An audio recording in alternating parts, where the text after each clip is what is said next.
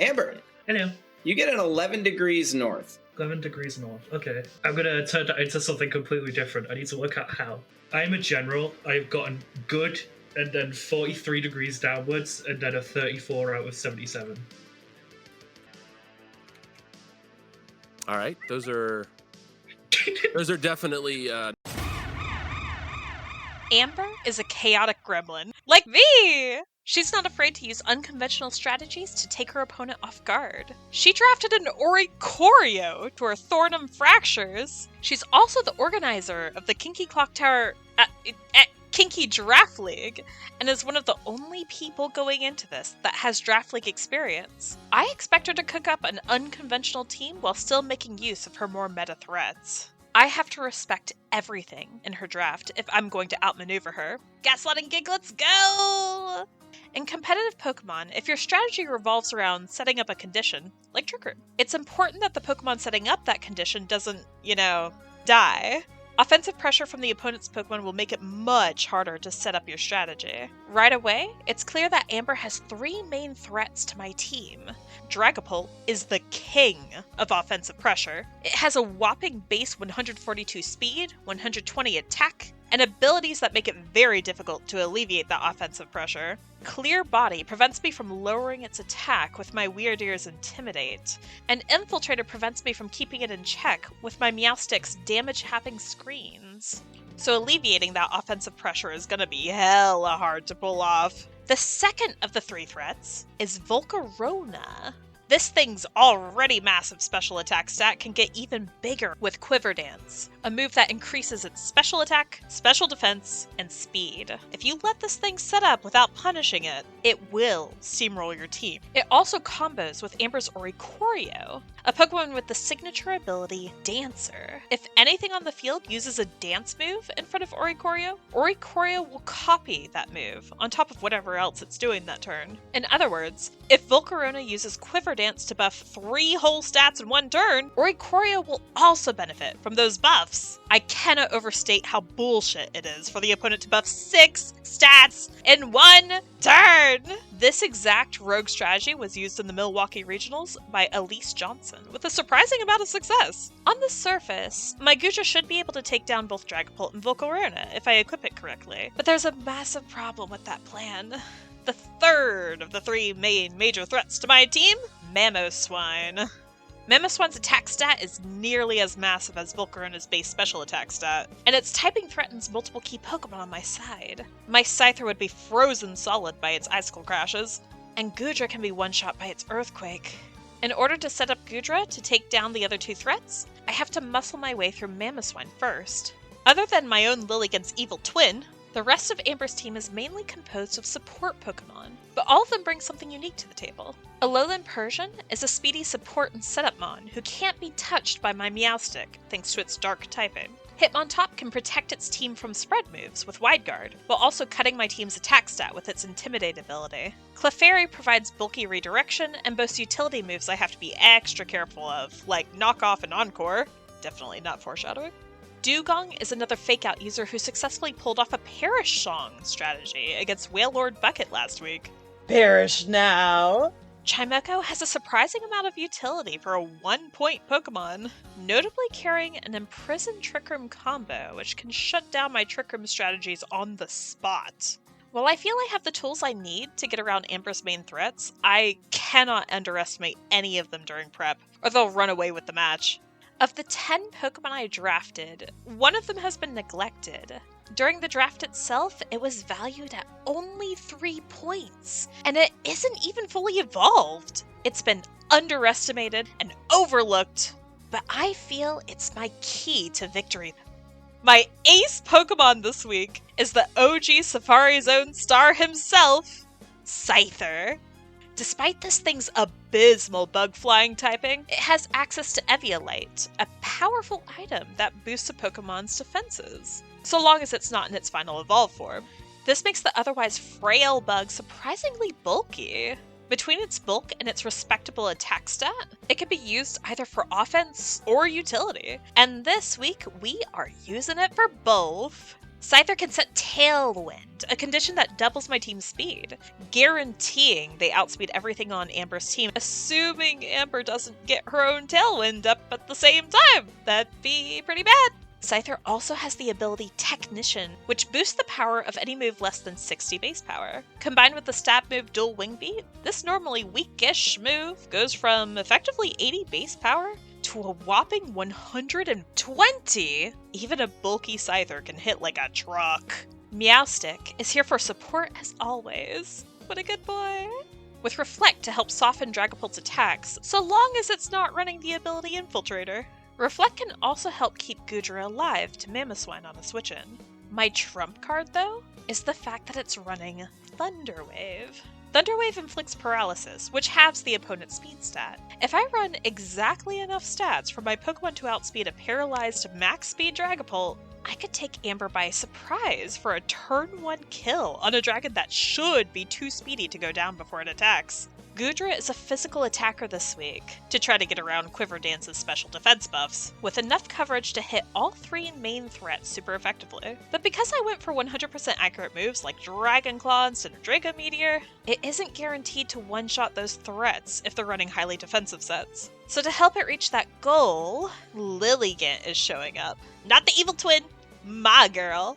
And she's showing up without the sun.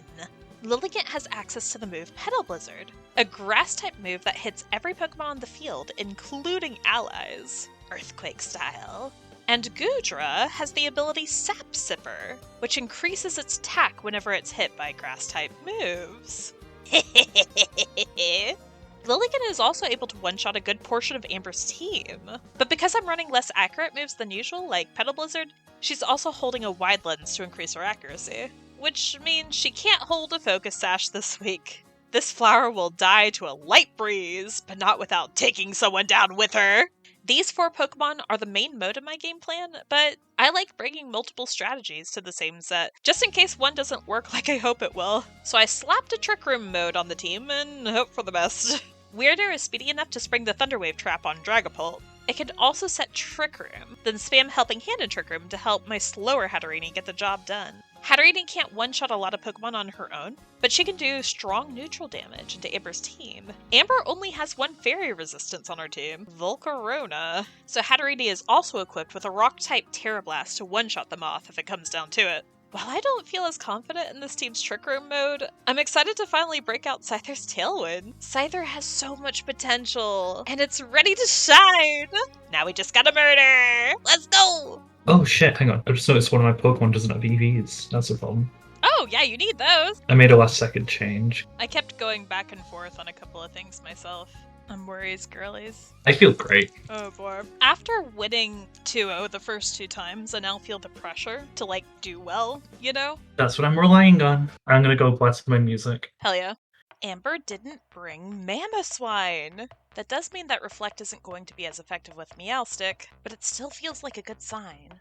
I feel like Hitmontop's going to use Fake Out into my Scyther, and I don't want Oricorio to sit up, so while I would normally prefer to Reflect with Meowstick, I'm going to Fake Out Oricorio to prevent it from using Quiver Dance, or another setup move. Nothing is really accomplished this turn 1, but turn 2 there's no more Fake Out pressure. That means I'm free to make use of Scyther's offensive pressure. Scyther can one-shot Hitmontop with a Terra-flying Dual Wing Beat, so I rip that Terra! A Thunder Wave on Oricorio ensures that my Pokemon in the back can outspeed it. Unfortunately, Amber switches over to a Clefairy, and because Scyther was intimidated by Hitmontop, it only has 2/3 of its original attack, and is unable to one-shot Clefairy. It does a shit ton of damage to it, though. Taunt on Meowstick isn't really a problem. Meowstick already did its job by having Oricorio's speed. A Tailwind this turn will ensure that I go first for, hopefully, the rest of the match. A Psychic kills Clefairy, Oricorio does negligible damage to Scyther. Thanks to Eviolite, this bug is bulky. I'm surprised to see Serena in the back here. Lilligant! That nickname isn't funny, Amber! Serena's my favorite Pokemon, how could you? But this does mean that Amber had some Oricorio setup strats in mind for this match. I prioritized shutting those down, so I have to guess whether Oricorio or Lilligant is going to be the one to try to Quiver Dance. I think Lilligant's going to try to dance, allowing Oricorio to use a buffed move this turn, so I target the flower down. Psychic does a chunk of damage here. The Oricorio shows off some really cool tech with Revelation Dance. Revelation Dance is Oricorio's signature move, and it takes on Oricorio's primary typing. Even though this form of Oricorio is fire, because Oricorio teared into electric, Revelation Dance is electric, which makes it super effective against Poor Scyther, but that's fine. I'm pretty confident that Goodra and Lilligant can clean up. Hitmontop coming back out isn't great because it's exerting fake out pressure, and I don't have any fake out pressure to return. I decide it's safest to protect my Goodra. This does mean that I'm not attacking, and I risk Oricorio setting up, but at this point, I think it's a risk that I can take. My hope is that a Psychic from Meowstic can set Goodra up for a 2-hit sweep next turn. I target my Psychic on Hitmontop because I'm not sure if Rock Slide will kill it, and I'm pretty confident that Rock Slide will kill Oricorio because it's super effective, but because Hitmontop intimidated my Goodra, that unfortunately wasn't the case. Oricorio gets one more kill out of this match, which can only help with Amber's differential.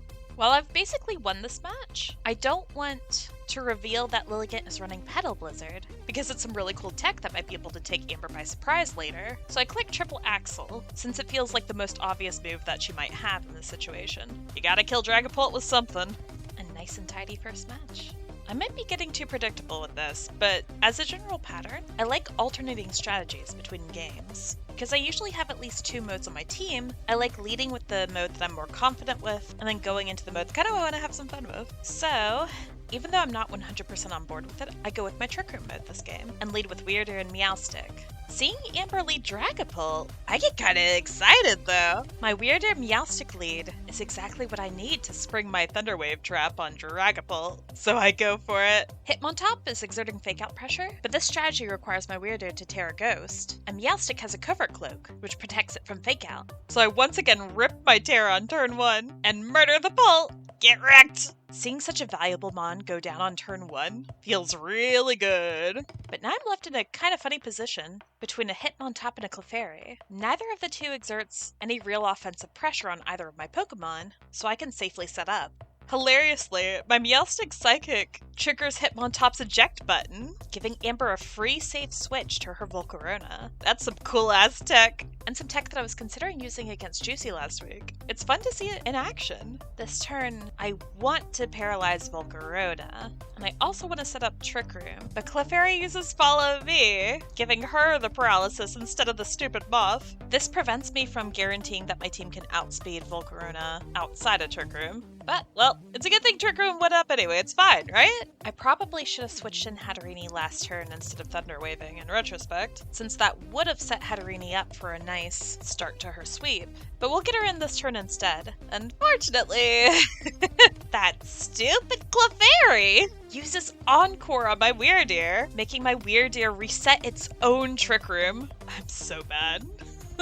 This is a terrible position. Both Pokemon I have on the field are outsped by Volcarona, who has successfully managed to set up. I'm worries, girlies! I could try to go for another Trick Room, but I've lost so much momentum.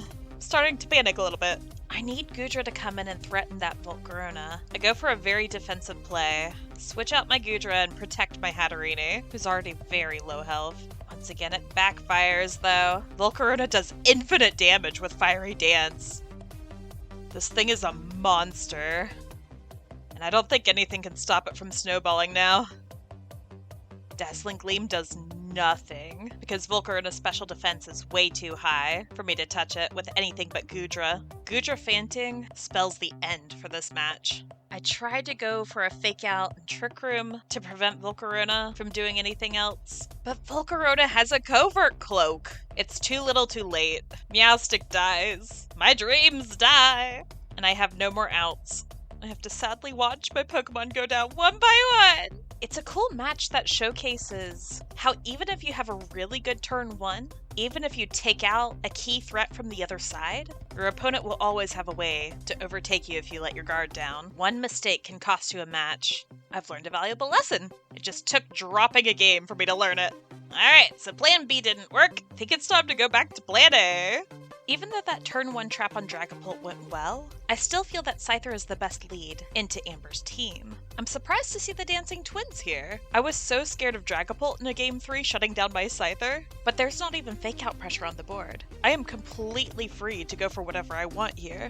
I can either Tailwind and set up my entire team, or, because Scyther outspeeds both Oricorio and Lilligant, I should be able to outright kill either of these two Pokemon. The question is, will Amber protect one of them? If she does, it'll put me in an awkward position. KOing Oricorio would require me to commit my Terror on Scyther, and I think it's more likely for Lilligant to be the one to try to set up so Oricorio can mimic it. So I fake out Oricorio to shut it down, and dual Wing Beat Lilligant to murder it. And murder it does! Lilligant's one of my favorite Pokemon, it hurts! Clefairy comes out, which I'm not super happy to see. If Clefairy is holding Eviolite, it should be able to live through a dual Wing Beat. Apparently Amber wasn't running Eviolite. Tailwind plus Psychic on Oricorio for chip damage does leave me wide open to Oricorio using Quiver Dance, and potentially sweeping my team like in Game 2. But we take the gamble. Thankfully, Oricorio just goes for an offensive play, and Scyther is so bulky he lives through even the super effective Revelation Dance. Meowstic's Covert Cloak protects it from being paralyzed by Clefairy's Fling plus Light Ball, which is also some pretty cool tech. I think that I can't do anything to this Clefairy, because in the moment it doesn't click for me that Clefairy having flung a Light Ball means it's not holding an Eviolite, so I U-turn out into my Goodra who can threaten Clefairy. I really was playing mind games with myself, huh? The Psychic ensures that Oricorio goes down. Meowstic again proving himself a good boy. It's funny how Meowstic consistently has a lot of offensive pressure despite being a support Pokemon. I go for the obvious offensive play of Rock Throw, but I'm not sure how bulky that Volcarona is. Thankfully, the chip damage from Psychic is not needed to KO Volcarona. And hilariously, the Rock Throw misses Clefairy but hits Volcarona. Thank goodness, I did not want a repeat of Game 2.